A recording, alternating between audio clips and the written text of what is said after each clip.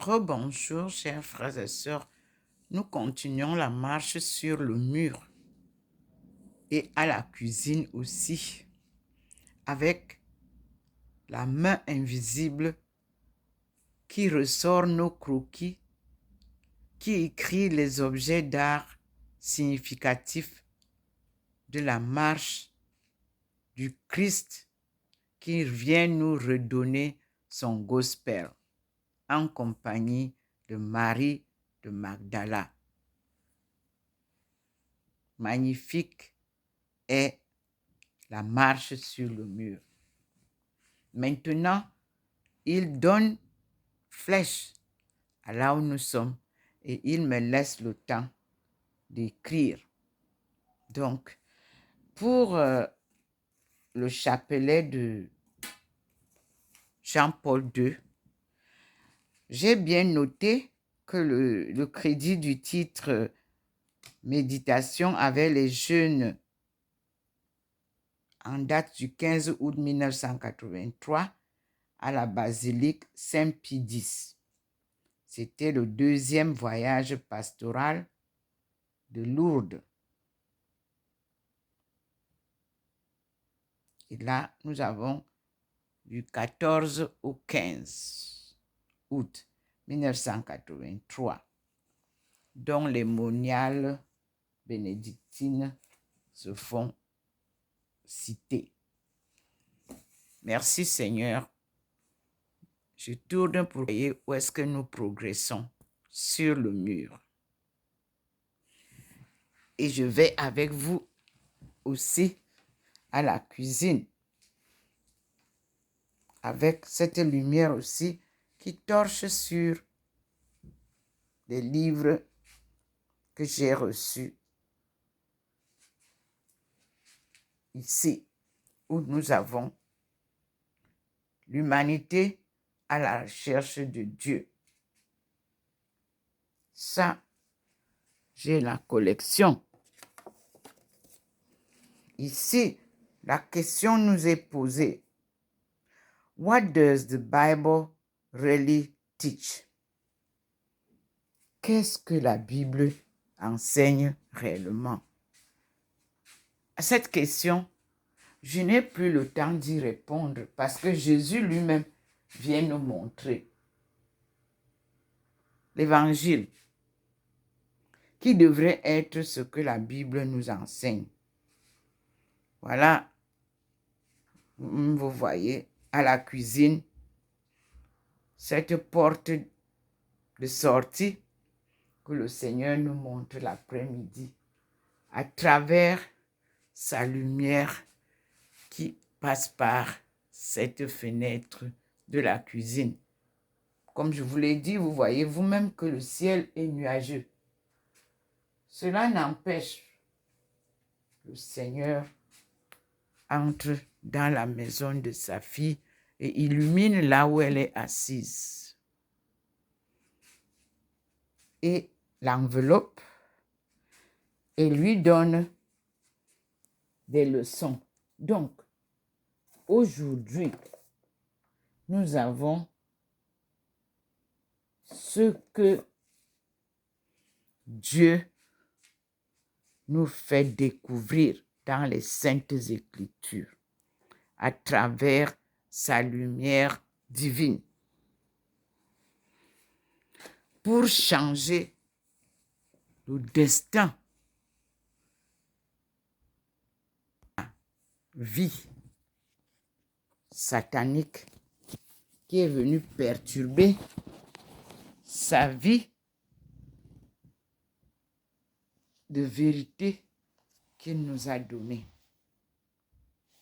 Maintenant, j'ai ici, là, tout à l'heure, les lettres de la religieuse portugaise. Plus de 3 siècles se sont écoulés depuis la publication des lettres de la religieuse portugaise. Mais nulle enquête érudite n'a su percer leur mystère. Qui est cette femme, au fait? S'agit-il d'une femme qui écrit du lointain de son couvent lusitanien, 5 lettres limpides et brûlantes, dévorées d'inquiétude et d'espoir, avant que l'angoisse ne l'envahisse lorsqu'elle apprend son congé. Qui est son cruel amant muet? Ce jeune officier français venu le temps de la séduire, puis reparti dans son pays d'où il envoie quelques froides missives que nous ne connaissons qu'au travers des ravages qu'elle exerce sur la religieuse. Peu importe, en définitive, les identités. Ce qui nous touche, c'est la voix de l'âme de l'abandonné. Histoire de tous les temps. Quand la passion se heurte à l'autre. Terre inconnue qui s'éloigne. Le feu, une nouvelle fois, a rencontré la glace. Cette édition comprend un dossier très complet où sont reproduites les suites que les contemporains ont imaginé de donner à une aventure qui les avait conquis et qu'ils ne souhaitaient pas voir finir. J'ai reçu ça gratuitement, offert gratuitement par votre magasin. Ce livre ne peut être vendu. Voyez, les choses que le Seigneur me donne, c'est toujours gracieusement donné. C'est un couvent Hen Matisse, je crois. Illustration pour les lettres de Mariana Alcofarado en 1946. Photo prise par la succession Henri Matisse. Mes frères et sœurs, ce sont des petits livres de poche qu'on jetait et moi j'ai pris par hasard. Et nous allons découvrir, comme j'ai découvert, l'humanité à la recherche de Dieu. Donc, nous allons découvrir ces lettres, collection dirigée par Michel Simonin, les lettres portugaises et suite, introduction, établissement des textes et notes par Anne-Marie Kling, Lalande. Ce sont les petits livres de poche, écrits en 1993 pour l'introduction et les notes. Mais c'est à la fin de l'année 1668, quelques mois après le retour des troupes françaises du Portugal, le libraire parisien Claude Barbin décide d'offrir à la curiosité des lecteurs 5 lettres portugaises traduites en français. Elles paraissent sous la forme d'un petit in 12 de 182 pages dans les premiers jours de l'année 1669. D'après l'avis du lecteur, ces lettres faisaient déjà grand bruit dans Paris depuis quelque temps. De nombreuses copies fautives circulaient. Il s'agit donc de satisfaire l'intérêt manifesté par le public en lui fournissant une version imprimée correcte du texte.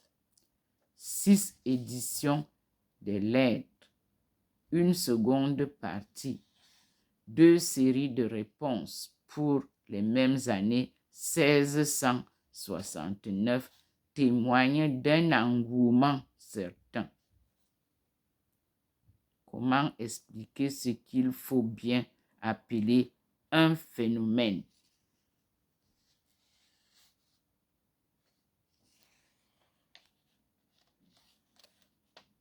Nous allons donc découvrir chaque livre que le Seigneur illumine a un enseignement à y prendre. Ici, c'est un cœur blessé, mais c'est une religieuse face à un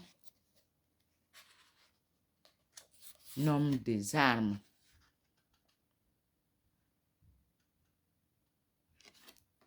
Merci Seigneur.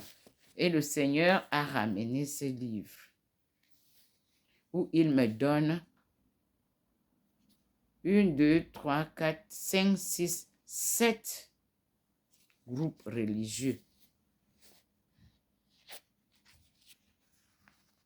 Et moi, comme je vous l'ai dit, je suis ce que Dieu m'envoie. Ici, à la page 62, les dieux d'Égypte face aux 10 plaies. En envoyant les 10 plaies, Dieu va exécuter son jugement sur les dieux impuissants de l'Égypte. Là, on nous envoie lire Exode 7, verset 14 à Exode 12, verset 32. Et là, nous voyons qu'il y a 10 plaies. Et les 10 plaies, c'est-à-dire la blessure, sont notées. Plaie 1, description, le Nil et les autres eaux changées en sang. Humiliation du dieu du Nil, Hapi. 2, les grenouilles. Heket, la déesse grenouille, fut incapable d'y faire obstacle. 3, poussière changée en moustique. Ce sont les plaies. Thoth, le maître des arts magiques, ne put aider les magiciens d'Égypte. 4, les temps envahissent toute l'Égypte. C'est la 4e plaie. À l'exception du pays de Goshen, où résidaient les Israélites. Pas un dieu ne fut en mesure de s'y opposer, ni Thoth, le maître des arts magiques, ni même Ptah, le créateur de l'univers. On passe à la plaie 5. Peste sur le bétail, ni la déesse Hathor, représentée sous la forme d'une vache, son animal sacré, ni le taureau Apis ne purent la détourner. La plaie 6. Description. Furoncle, Thoth, Isis et Ptah, divinités de la guérison, n'apportèrent aucun soulagement. Nous sommes à la plaie 7. Tonnerre et grêle dévoilèrent l'impuissance de Reshpu, le maître de la foudre, et de Thoth, dieu de la pluie et du tonnerre. La plaie 8. Sauterelle, coup porté à Min, dieu de la reproduction et protecteur des récoltes. La plaie 9. 3 jours de ténèbres, déshonneur pour Ré, dieu du soleil par excellence, et pour Horus, autre dieu solaire. Maintenant, la dernière plaie, la plaie 10. Mort des premiers-nés, y compris du fils aîné de Pharaon, que l'on considérait comme un dieu incarné. Ré, entre parenthèses, Amon-Ré, dieu du soleil, figure parfois par un bélier, figuré parfois par un bélier, fut incapable de la conjurer. Nous sommes là à la page 62 et 63 du livre L'humanité à la recherche de Dieu. Et ici, nous sommes devant les dieux d'Égypte face aux 10 plaies. Nous continuons la lecture.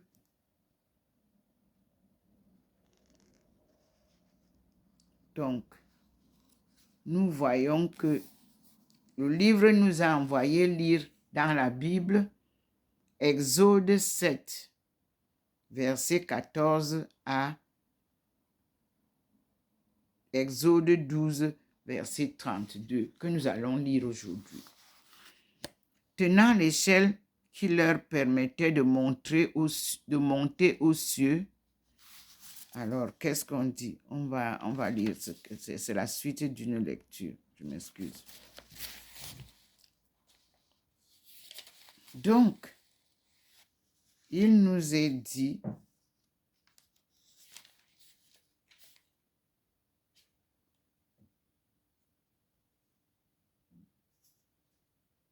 le soldat romain et ses dieux. Et nous avons les dieux d'Égypte face aux 10 plaies.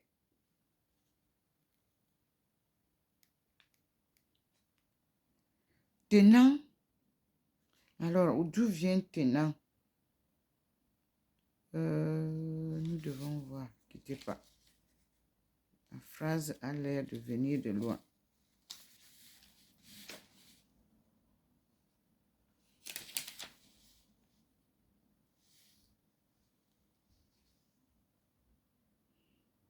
On dit Dieu et déesse mythique.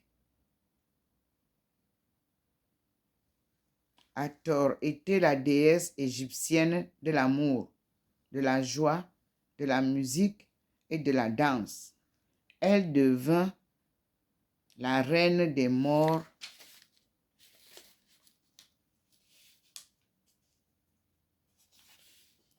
tenant l'échelle qui leur permettait de monter aux cieux, ainsi que l'explique la mythologie générale. On donnait en son honneur des grandes fêtes, surtout au Nouvel An, anniversaire de sa naissance. Avant l'aurore, les prêtresses montaient sur les terrasses l'image de la déesse pour l'exposer aux rayons du soleil levant. Les réjouissances suivaient, prétexte à un véritable carnaval. Et la journée se terminait dans les champs et dans l'ivresse. Aujourd'hui, des milliers d'années plus tard, les fêtes du Nouvel An sont-elles si différentes? Le panthéon égyptien comptait un grand nombre de dieux et de déesses zoomorphes, tels que le taureau Apis, le bélier Bendedet, la grenouille Okhet, la vache Hathor et le crocodile Sobek. Entre guillemets, vous lirez Romains chapitre 1, verset 21 à 23. C'est ce contexte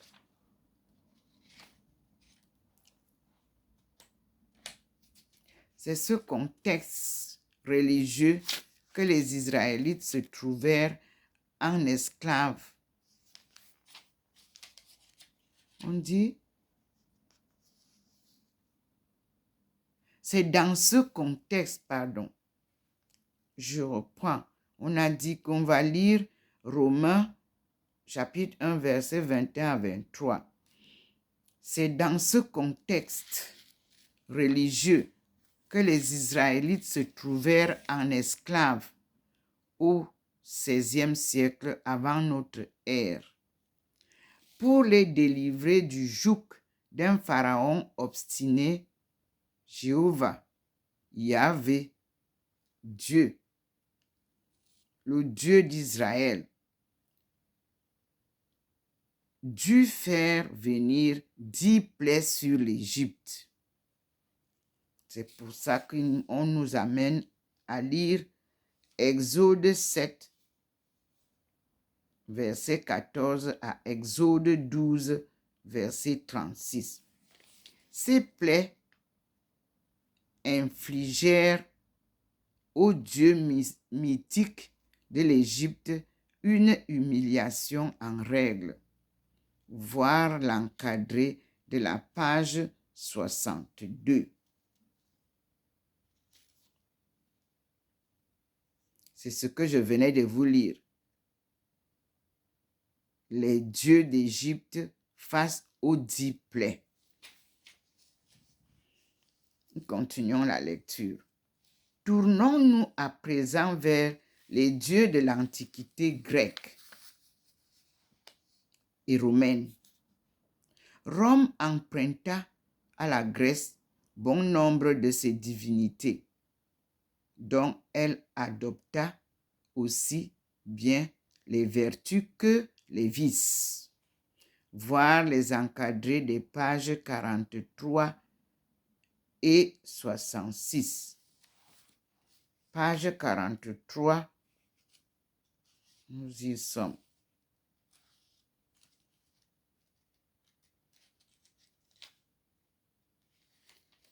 Divinité grecque et romaine, je cite. Nombre de dieux et de déesses de la mythologie grecque occupaient une fonction comparable dans le panthéon romain. En voici une liste abrégée. Grèce, Rome, fonction. Donc, on a Aphrodite, Rome, c'est Vénus. Fonction, déesse de l'amour. Apollon, en Grèce. Apollon, à Rome. Fonction, dieu de la lumière, de la médecine et de la poésie. Arès, en Grèce, appelé Mars à Rome. Fonction, dieu de la guerre. En Grèce, Artémis, appelée Diane en Rome. Fonction, déesse de la chasse et de l'enfantement. Nous avons les divinités de Grèce. Asclépios, appelé à Rome Esculape. Fonction, dieu de la santé. Divinité grecque. Athéna, Rome, Minerve. Fonction, déesse des arts, de la guerre et de la sagesse. Divinité grecque de Grèce, Chronos, appelé à Rome Saturne. Fonction, pour les Grecs, chef des titans et père de Zeus. Dans la mythologie romaine, Il est aussi une divinité agricole. Grèce, Déméter. À Rome, appelée Cérès. Fonction, déesse de la terre féconde et cultivée. Divinité Dionysos en Grèce. À Rome, appelé Bacchus. Fonction, dieu du vin, de la fertilité et du délire orgiaque. En Grèce, vous avez Eros, appelé à Rome Cupidon. Fonction, dieu de l'amour. Nous avons les divinités grecques. Gia, G-E-A. À Rome, Tellus, symbole de la terre, mère et épouse d'Uranos. C'est la fonction. Et nous avons en Grèce Héphaïstos, à Rome appelé Vulcain. Fonction, forgeron des dieux, dieu du feu et des forges. Puis nous avons en Grèce Héra, appelée à Rome Junon. C'était la protectrice du mariage et des femmes. Pour les Grecs, sœur et femme de Zeus. Dans la mythologie romaine, femme de Jupiter. Puis nous avons les divinités de Hermès en Grèce, appelé Mercure à Rome, et dont la fonction était messager des dieux, dieu du commerce et de la science, protecteur des voyageurs, des voleurs et des vagabonds. Puis nous avons la divinité de la Grèce appelée Hestia. À Rome, Vesta. Fonction, déesse du feu domestique. Puis nous avons la divinité Hypnos. En Grèce, Somnus. À Rome, c'était le dieu du sommeil. Puis nous avons la divinité Uranos. En Grèce, appelée Uranus. À Rome, et la fonction était fils et époux de Gaïa et père des titans. Puis nous avons la divinité Pluton. Hadès, appelé à Rome Pluton. Et la fonction était souverain des enfers. Puis nous avons Poséidon en Grèce, appelé à Rome Neptune, avec pour fonction dieu de la mer. Dans les mythologies grecques, il est aussi le dieu des tremblements de terre et des chevaux. Nous avons en Grèce la divinité Rhea, appelée à Rome OPS. Ici, la fonction est sœur et épouse de Chronos. Puis nous avons en Grèce Zeus. Et Zeus à Rome était Jupiter. Et sa fonction, roi des dieux. D'après la mythologie générale Larousse, que nous recevons ces explications. Et nous voyons que la mythologie, des traits communs. Et nous avons ensemble essayé de comprendre les similitudes que nous retrouvons ici, dans ce qui s'est passé avant notre ère. Tournons-nous à présent vers les dieux de l'Antiquité grecque et romaine. C'est ce qu'on vient de faire. Et on nous envoie à la page, nous avons lu la page 43, l'encadré des pages. Maintenant, il y a la page 66 que je tourne pour voir avec vous. Alors, à la page 66, c'est la mythologie et christianisme. Et je cite, « Lorsque le christianisme fit son apparition, il y a près de 2000 ans, le culte des dieux mythiques de la Grèce et de Rome était très en faveur. En Asie mineure, ces divinités étaient encore adorées sous leur nom grec. C'est pourquoi, après que les apôtres Paul et Barnabas eurent opéré une guérison, les habitants de Lystre, aujourd'hui en Turquie, les qualifièrent de dieux et appelèrent respectueusement Hermès et Zeus, et non pas d'après l'appellation latine Mercure et Jupiter. Selon le récit, le prêtre de Zeus, dont le temple était devant la ville, amena aux portes des taureaux et des guirlandes et voulait offrir des sacrifices avec les foules. Vous lirez cela dans le livre des Actes, chapitre 14, versets 8 à 18.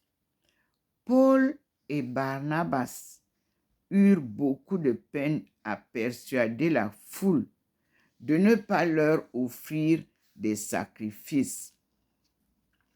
Voilà qui montre à quel point les peuples du passé prenaient à cœur leur mythologie.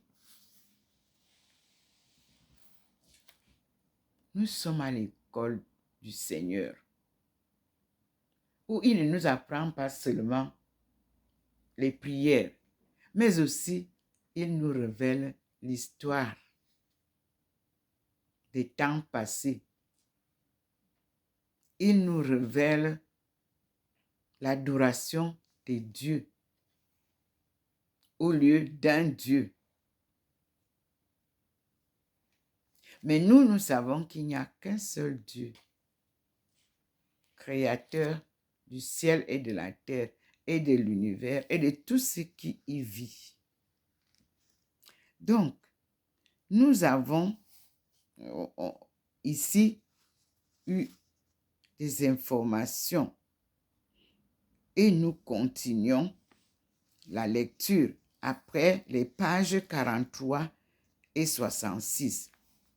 Il est dit, Vénus et Flore, par exemple, étaient des prostituées éhontées. Bacchus était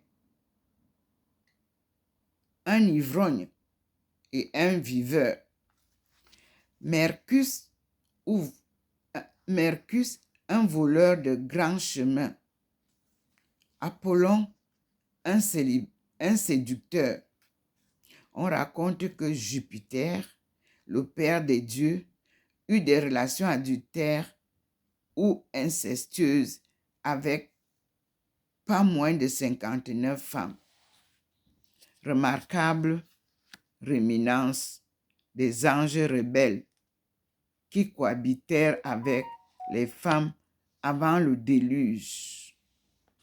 La lumière s'intensifie, merci Seigneur. Les fidèles imitent volontiers la conduite des dieux qu'ils adorent. Que des empereurs romains comme Tibère, Néron et Caligula aient vécu dans la dépravation pratiquant l'adultère, la fornication et le meurtre ne saurait donc surprendre.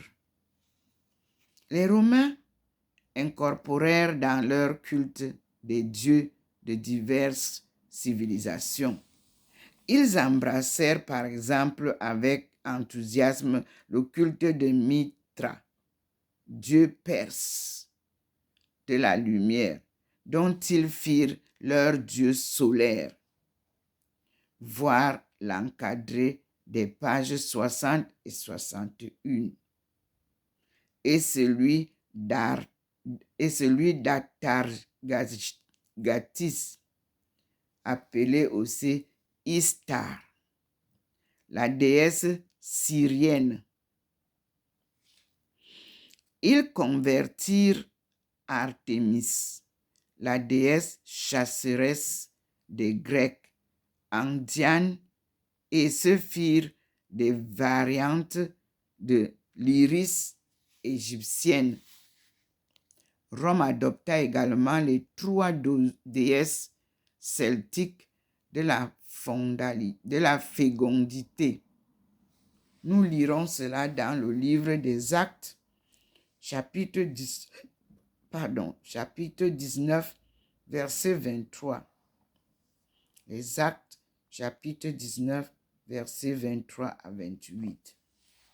Le culte public qui se pratiquait dans les centaines de sanctuaires et de temples était réglé par une foule de prêtres, tous placés sous l'autorité du grand pontifex Maximus, chef de la religion officielle.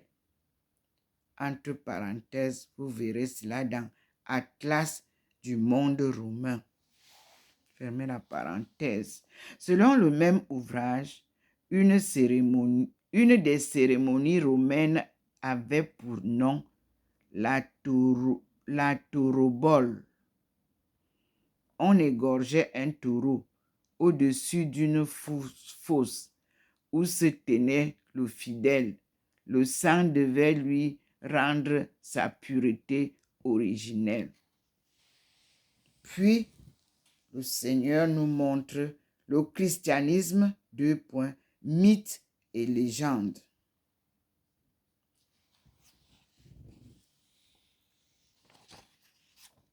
Que nous allons lire,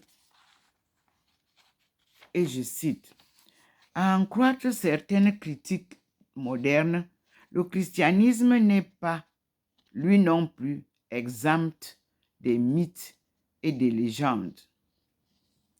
Est-ce vrai pour nombre érudits?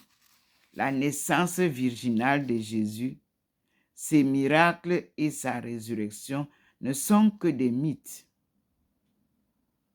Je reprends.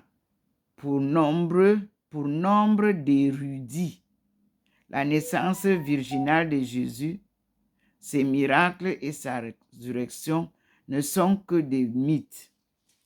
Quelques-uns avancent même que Jésus n'a jamais existé, mais que sa légende trouve ses racines dans une mythologie bien plus ancienne et dans le culte du soleil. Joseph Campbell, un mythologue, écrit, je cite, « Plusieurs spécialistes ont donc postulé que ni Jean le Baptiseur, ni Jésus n'ont réellement existé, mais qu'ils doivent d'un dieu aquatique et d'un dieu solaire, et ils disent que ni Jean le Baptiseur, ni Jésus n'ont réellement existé, mais qu'ils dérivent d'un dieu aquatique et d'un dieu solaire. N'oublions pas toutefois que cette thèse émane principalement de personnes athées qui nient systématiquement l'existence de Dieu. Ce sceptisme fait pourtant bon marché des réalités historiques. Notons ce qu'écrivit l'historien juif Flavius Joseph. Si l'armée vers l'année 37 à 100 de notre ère. Je cite, entre guillemets, il y avait des Juifs pour penser que si l'armée d'Hérode avait péri, c'était pas la volonté divine et en juste vengeance de Jean, surnommé Baptiste. En effet, Hérode avait fait tuer quel que soit un homme de bien. Vous lirez ça dans Marc, chapitre 1, verset 14, chapitre 6, verset 14 à 29. Puis, nous dirons, le même historien certifie également l'historicité de Jésus-Christ lorsqu'il parle d'un certain Jésus, homme sage, si toutefois il faut l'appeler un homme. Il ajoute 2 points. Pilate l'a condamné. ... Fermez les guillemets. Et le groupe appelé d'après lui, celui des chrétiens, n'a pas encore disparu. Et là, il nous dit Antiquité judaïste, traduction de J. Mathieu et L. Herman. Les pages sont page 45, page 46 et tome 4e.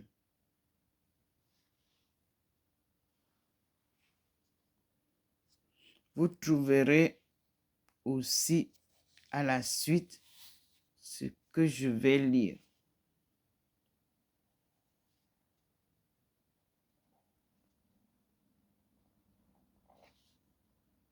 Je cite. On nous a envoyé voir aussi Marc 15, verset 1 à 5, Marc 22 à 26 et Acte 11, verset 26. Voilà pourquoi l'apôtre Pierre, qui fut témoin oculaire de la transfiguration de Jésus, écrivit avec une pleine conviction, je cite, « Non, ce n'est pas en suivant les fables grecques mythos ingénieusement imaginées que nous vous avons fait connaître la puissance et la présence de notre Seigneur Jésus-Christ, mais c'est pour être devenu témoin oculaire de sa magnificence, car il a réussi de Dieu le Père honneur et gloire. Quand des paroles comme celles-ci furent portées jusqu'à lui par la gloire magnifique, nous citerons, celui-ci est mon fils, mon bien-aimé, que moi j'ai agréé. Oui, ces paroles, nous les avons entendues, qui étaient portées depuis le ciel, alors que nous étions non seulement sur la sainte montagne, où nous avons lu 2 Pierre, chapitre 1, versets 16 à 18. Lorsque l'opinion d'experts s'oppose à la parole de Dieu, nous devons d'appliquer le principe posé plus tard, savoir 2 points, je cite, alors de quoi s'agit-il? Si quelques-uns n'ont pas fait montre de foi, Leur manque de foi va-t-il rendre inopérante la fidélité de Dieu? Que ce ne soit jamais le cas, mais que Dieu soit reconnu véridique, tout comme fut-il reconnu menteur, comme c'est écrit, afin que tu apparaisses juste dans tes paroles et que tu sois glorieux lorsqu'on te juge. Vous trouverez cela dans Romains chapitre 3, verset 3 et chapitre 4.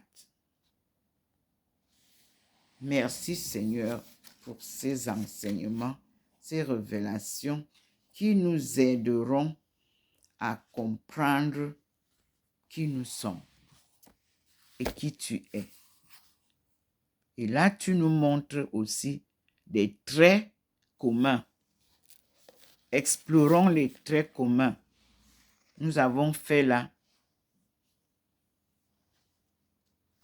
thèse et antithèse. Nous passons maintenant dans les traits communs. Ici, citez quelques-uns des traits communs aux mythologies du monde entier. Ce rapide survol de quelques-unes des mythologies du monde entier a mis en lumière certains caractères communs, dont beaucoup trouvent leur source à Babylone, en Mésopotamie, berceau de la plupart des religions. Ces traits communs sont perceptibles dans les faits réels relatifs à la création, dans l'évolution, dans l'évocation d'un temps où la terre était peuplée de demi-dieux et de géants, dans la venue d'un déluge qui détruisit les méchants, ou encore dans des notions religieuses de fond, telles que le culte du soleil et l'immortalité de l'âme.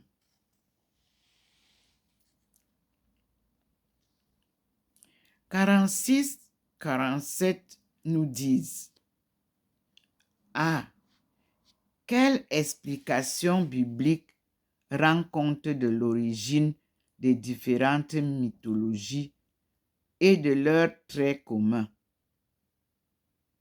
B. Quelle autre facette des cultes anciens allons-nous examiner à présent? Je lis le 6. Le 46 nous dit: si l'on s'en réfère à la Bible, ces traits communs s'expliquent par le fait qu'après le déluge et sur l'ordre de Dieu, les humains se sont dispersés à partir de Babel en Mésopotamie, voilà plus de 4200 ans. Bien qu'ils se soient séparés en familles et en tribus de langues différentes, ils ont emporté avec eux une même culture historique de base et les mêmes croyances fondamentales. Vous lirez cela dans Genèse chapitre 11, versets 1 à 9. Au fil des siècles, chaque groupe culturel a déformé ou enjolivé ce patrimoine, donnant ainsi naissance à bien des fables, des légendes, des légendes, le Seigneur clignote, et des mythes qui sont parvenus jusqu'à nous. Mais ces mythes qui ont rompu avec les vérités bibliques n'ont pas rapproché les hommes du vrai Dieu. Toutefois, au point 47, le sens religieux des humains s'est exprimé de maintes autres façons: spiritisme, chamanisme, magie, culte des ancêtres, pour ne citer que celles-là. Les pratiques nous éclairent-elles sur la recherche qu'ont menée les hommes pour trouver Dieu?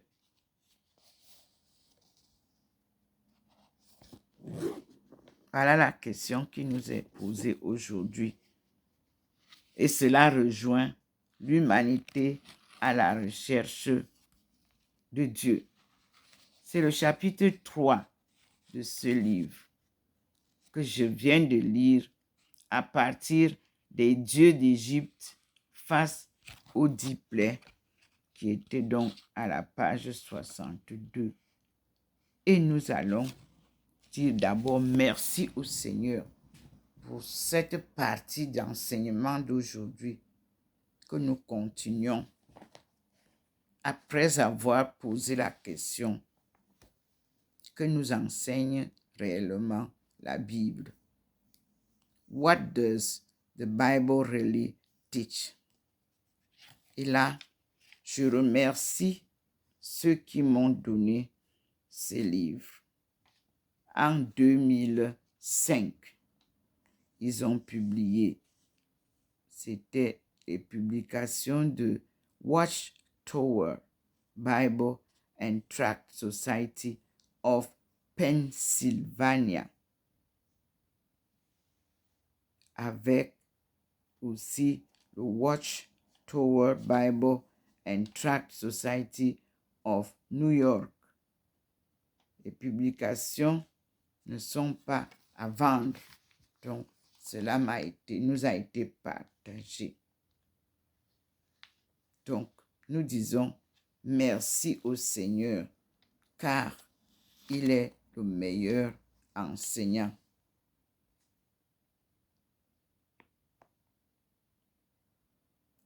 Is this what God purposed for me and for the rest of mankind? When can I find help to cope with my problems? Nous en avons tous des problèmes que nous n'arrivons pas à résoudre parce que nous sommes à la recherche des solutions par nous-mêmes, alors que c'est par Dieu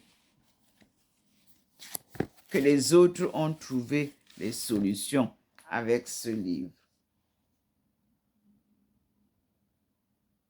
Leur recherche de Dieu a amené les hommes à emprunter des milliers de voies différentes, avec pour résultat la grande variété des religions, des cultes et des sectes qui existent aujourd'hui dans le monde. Mais comment peut-on trouver le vrai Dieu? Quelles que soient vos croyances religieuses, ce livre vous incitera à participer à cette recherche de Dieu, où que vous soyez. Seul, avec des autres, en les écoutant, ou étant chez vous, vous chercherez à la longue ce Dieu qui a créé le ciel et la terre, qui a créé les cieux et la terre et tout ce qui y habite. Le voici, Dieu, représenté par sa lumière divine, comme on nous l'a souvent enseigné, qui revient accompagné de son Fils, le Christ, avec la parole de la connaissance qu'il lui avait donnée. Et nous lui disons merci. Je vous transmets ou je partage avec vous ce que je reçois chaque jour à la rencontre avec ce Dieu invisible, mais qui nous parle. Nous disons merci Seigneur. Nous sommes bien sûr aujourd'hui le 4 janvier 2024 et cela fait plusieurs années que le Seigneur s'est rapproché de moi et m'a appelé et me suit et me conduit, me transfigure et nous communiquons. Le voile a été levé et le Seigneur me parle. Je n'ai aucun doute. Ma foi est inébranlable. Et je vous dis, à tout à l'heure, mes frères et sœurs, vous aussi, cultivez ce sens de la vie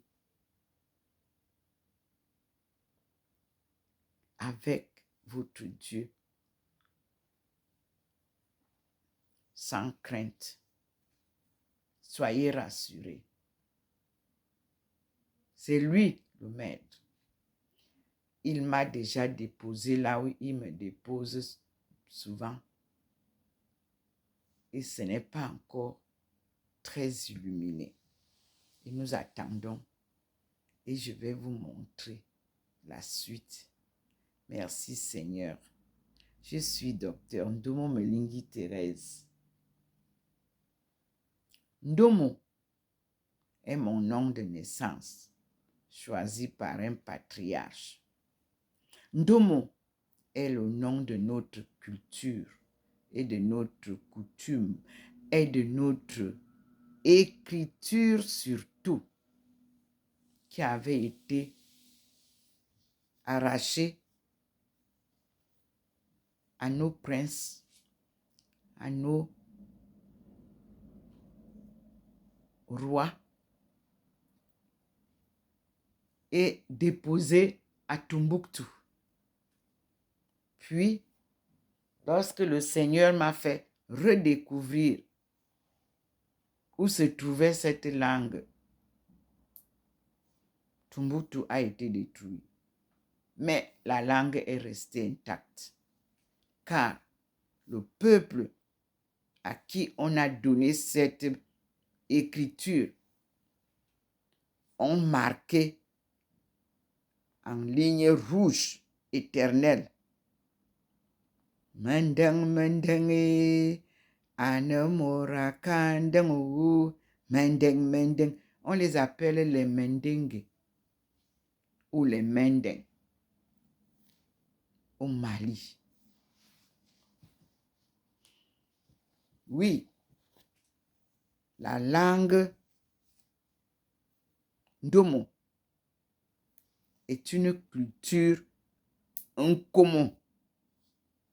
En ma langue maternelle, Nkomo veut dire le Créateur, le Dieu Tout-Puissant. Alors, nous demandons à l'UNESCO de nous ressortir notre langue Ndomo, qui s'appuie sur la culture Nkomo, dont j'ai reçu le livre. Je l'ai ici. Je vous l'ai déjà montré.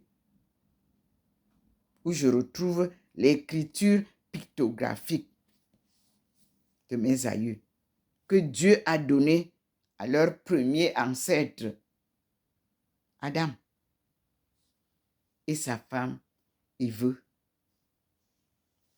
Et c'est avec cette écriture qu'on appelle Bikan, c'est-à-dire pictographique.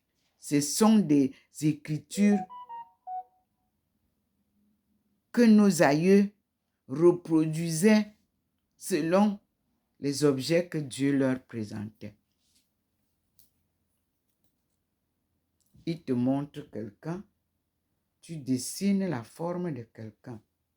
Il te montre un arbre, tu dessines la forme de l'arbre. Il n'y en a pas deux. C'est la première langue, on l'appelle la langue primitive. Et elle s'appelle Ndomo. Et celui qui a donné cette langue s'appelle Nkomo. Avec toute la culture. Alors, chers frères et sœurs Eton, soyez fiers d'être martyrisés comme vous l'êtes. Soyez fiers de rester zen, c'est-à-dire rester sur la voie de Dieu. Et vous savez qu'en notre langue, zen veut dire le chemin, la voie. Et garder le tort, c'est-à-dire la vérité. Vous le savez, c'est en notre langue. Eni tombi joy, wa bere baano te bagala. Les Camerounais peuvent vous expliquer ça. Et même les Mandingues et tous les autres. Donc, vous retrouvez dans le monde entier, nous rejetons. J'ai fait le tour du monde. Nous sommes partout. C'est la seule langue, c'est le seul peuple que vous retrouvez partout. Même si on a transformé quelque peu leur langue, ils ont gardé la culture, les coutumes, le diète, la façon de manger, la danse, les objets d'art. Ils ont eu la connaissance de Dieu. Dieu leur a donné la connaissance.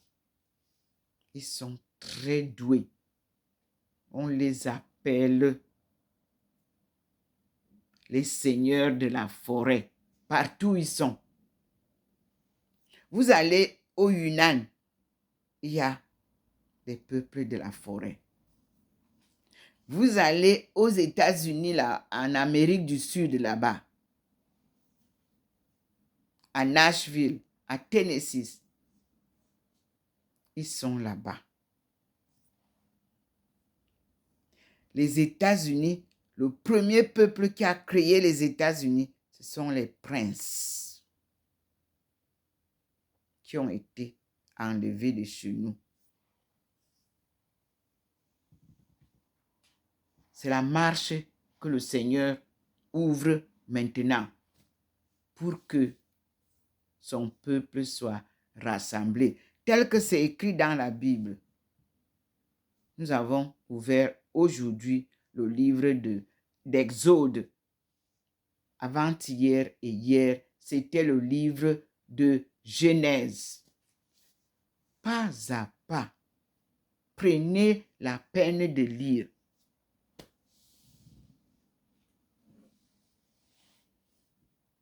L'éducation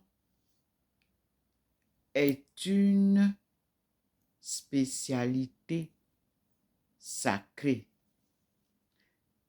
Ne deviens pas enseignant réel, qui le veut.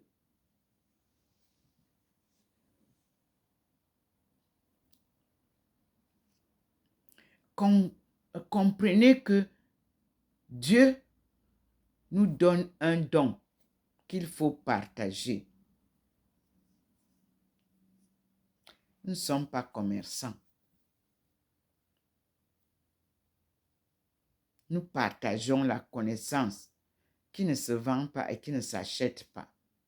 Dans aucun marché au monde, vous pouvez acheter la connaissance qu'on a appelée au temps de Jésus le gnos ou gnostique. C'est donné par Dieu. Et Jésus revient encore partager avec nous pour une deuxième fois. Et nous disons merci au Seigneur. Alors, à tout à l'heure, mes frères et sœurs. Je suis baigné de la lumière, comme vous voyez. Et je dis merci au Seigneur. Vous aussi prenez ça. rester dans l'humilité, la sérénité, la détermination. Les mots que je donne, vous les prenez, mais vous ne pouvez pas les pratiquer sans la grâce de Dieu. Et n'oubliez pas que les livres que je vous dis de lire sont sur ma plateforme, offerts gracieusement par Dieu. Allez lire la Bible sur ma plateforme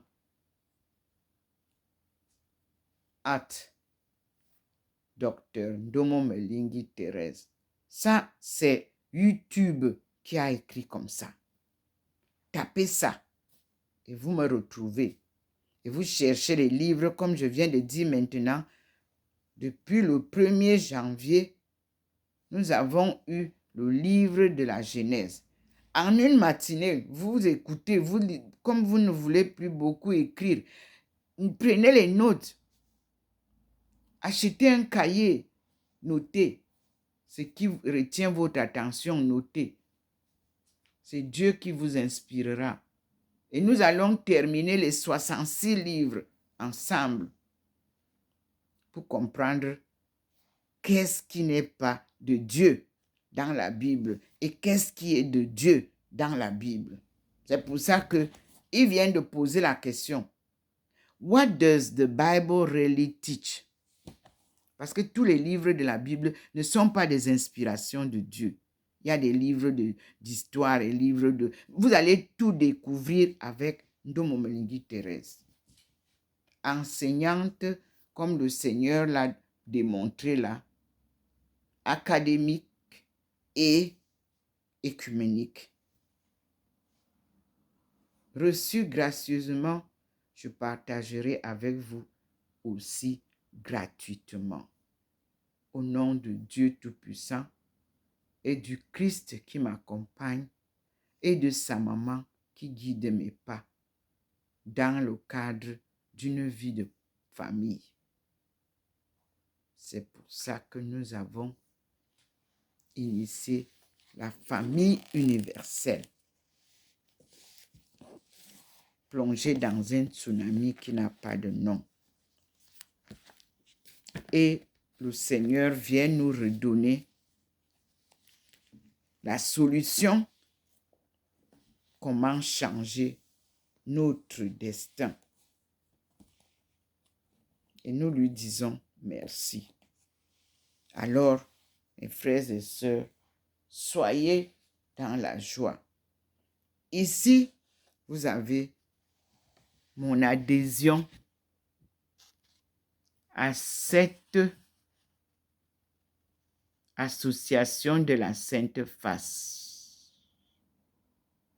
dont les statuts de l'archiconfrérie sont publiés dans les annales de la Sainte Face. C'était le 15 octobre 2013 à Tours, où j'y suis allé sur conseil spirituel de Monseigneur de Germigny. Merci, Monseigneur.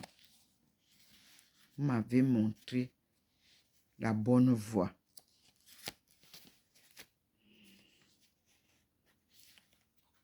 Continuons à vivre avec la Sainte Face, dont je porte le nom spirituellement, Thérèse de la Sainte Face. Merci Seigneur.